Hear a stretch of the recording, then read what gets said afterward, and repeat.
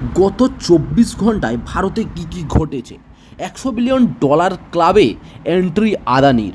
শ্রেষ্ঠ ধনী ব্যক্তিদের তালিকায় পিছিয়ে গেলেন আম্বানি। বর্ধিত ডিএ সহ এ মাসেই রাজ্যের সরকারি কর্মীদের অ্যাকাউন্টে ঢুকবে বেতন।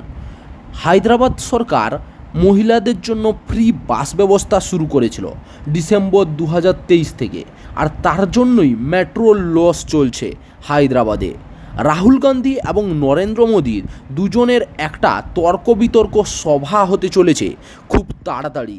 কিছু রিটায়ার্ড জাজ মিলে রাহুল গান্ধী এবং নরেন্দ্র মোদীকে একটা চিঠি লিখেছিলেন এবং তাদের একটা তর্ক বিতর্ক সভায় ইনভাইট জানান, এবং কংগ্রেসের রাহুল গান্ধী সেই চিঠির উত্তরে সম্মতি জানান।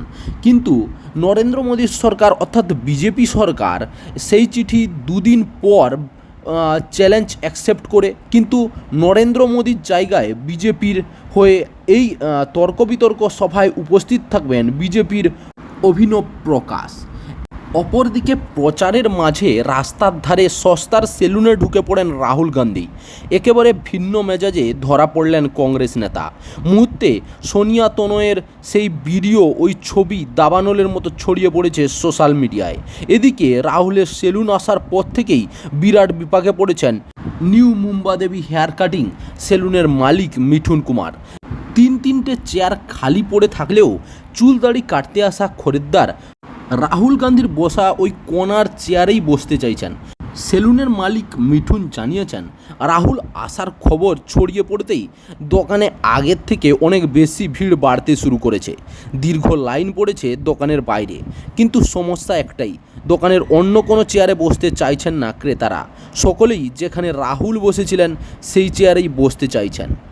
অপরদিকে ২৬,০০০ ছেলে মেয়ে মুখ খুলছে না, পাছে সত্যিটা বেরিয়ে পড়ে সরব মমতা। অপরদিকে পার্থ অর্পিতা অতীত, খাস কলকাতায় ফের যক্ষের তনের হদিশ, উদ্ধার কাঁড়ি কাঁড়ি টাকা। অপরদিকে সুপ্রিম কোর্টে জমা দিতে হবে ২৫১৩ প্রার্থীর তথ্য। কাদের খুলবে কপাল, এসএসসির মাঝেই সুখবর। সম্পূর্ণ ভিডিও দেখতে অবশ্যই আমাদের চ্যানেলে ভিজিট করুন। অপরদিকে বাতিল হচ্ছে ভুরি ভুরি রেশন কার্ড। আপনারটা কি ঠিক আছে? এভাবে সহজেই দেখে নিন। এখনকার দিনে শুধু নয়, বহুদিন ধরেই রেশন কার্ড আমাদের দেশের প্রত্যেক নাগরিকদের কাছে অত্যন্ত গুরুত্বপূর্ণ একটি নথি। তাই সম্প্রতি রেশন কার্ড বাতিল হচ্ছে। মোবাইলে এই মেসেজ আসার পর থেকে চিন্তায় ঘুম উঠে গেছে অধিকাংশ গ্রাহকদের। খুব সঙ্গত কারণেই রেশন কার্ডের মতো অত্যন্ত প্রয়োজনীয় নথি বাতিল হওয়ায় তৈরি হয়েছে নানান সমস্যা।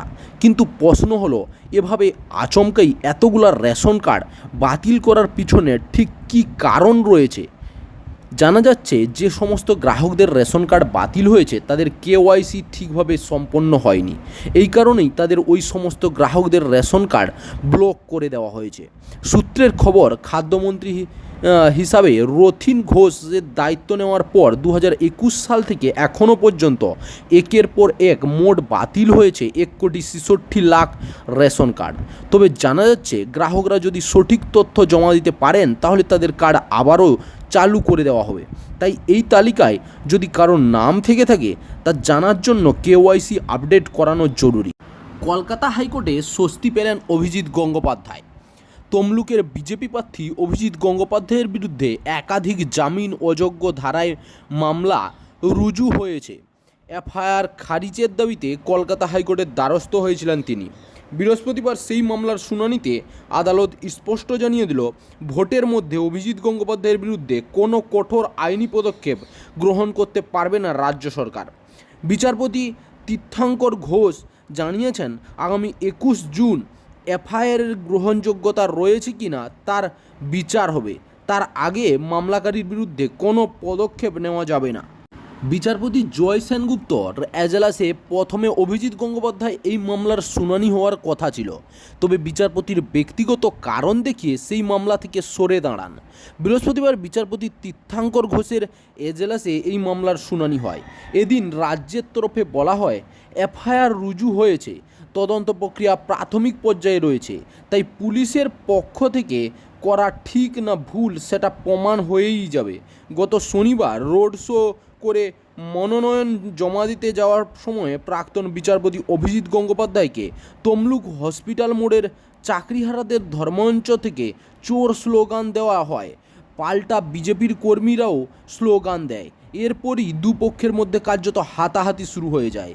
এই ঘটনায় অভিজিতের বিরুদ্ধে তমলুক থানায় অভিযোগ দায়ের করে তৃণমূল শিক্ষক সংগঠন।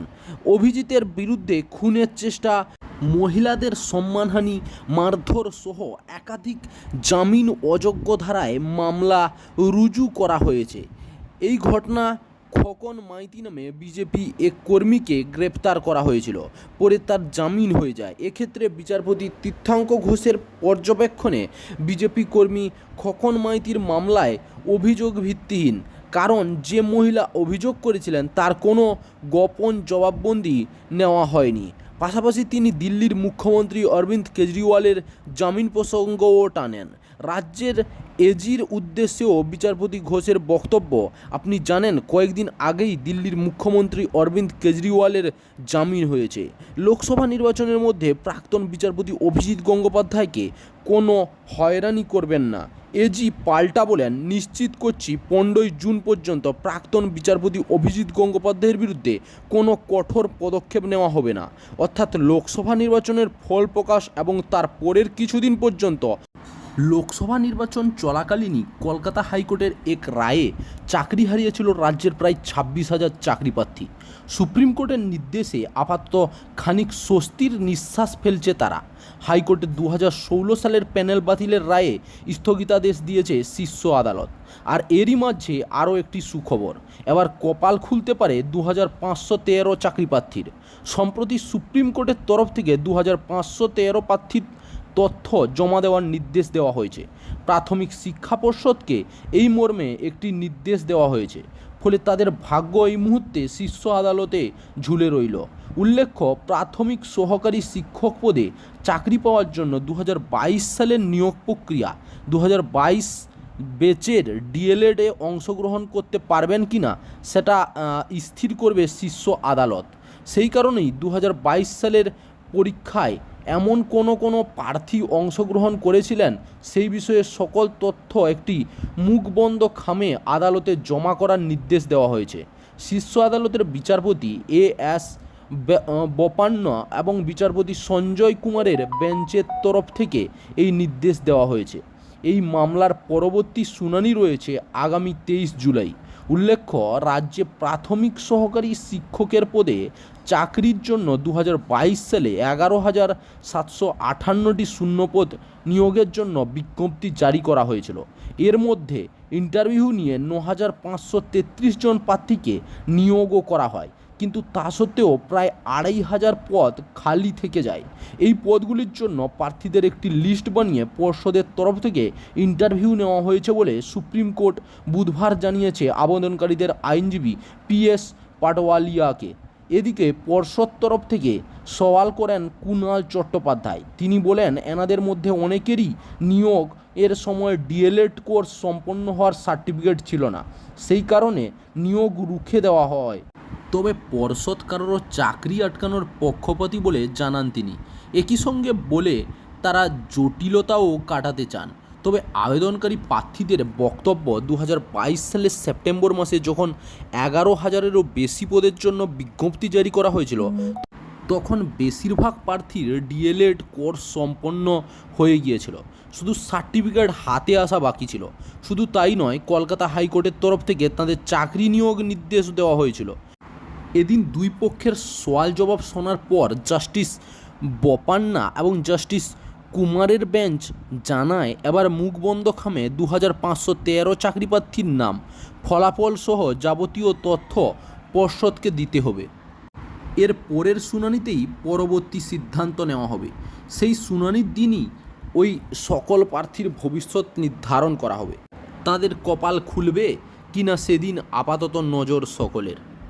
চাকরির খবর থেকে শুরু করে নিয়োগের খবর থেকে শুরু করে ঝড় ঝঞ্ঝা, দেশ বিদেশ, রাজ্য, জেলা এবং আপনার শহরের খবর একটা চ্যানেল আমাদের newsbangla.com সবার আগে আপনারা পেয়ে যাবেন। তাই চ্যানেলটাকে অতি অবশ্যই সাবস্ক্রাইব করে পাশ থেকে বেল আইকনটা ক্লিক করে অল নোটিফিকেশন অন করে রাখুন।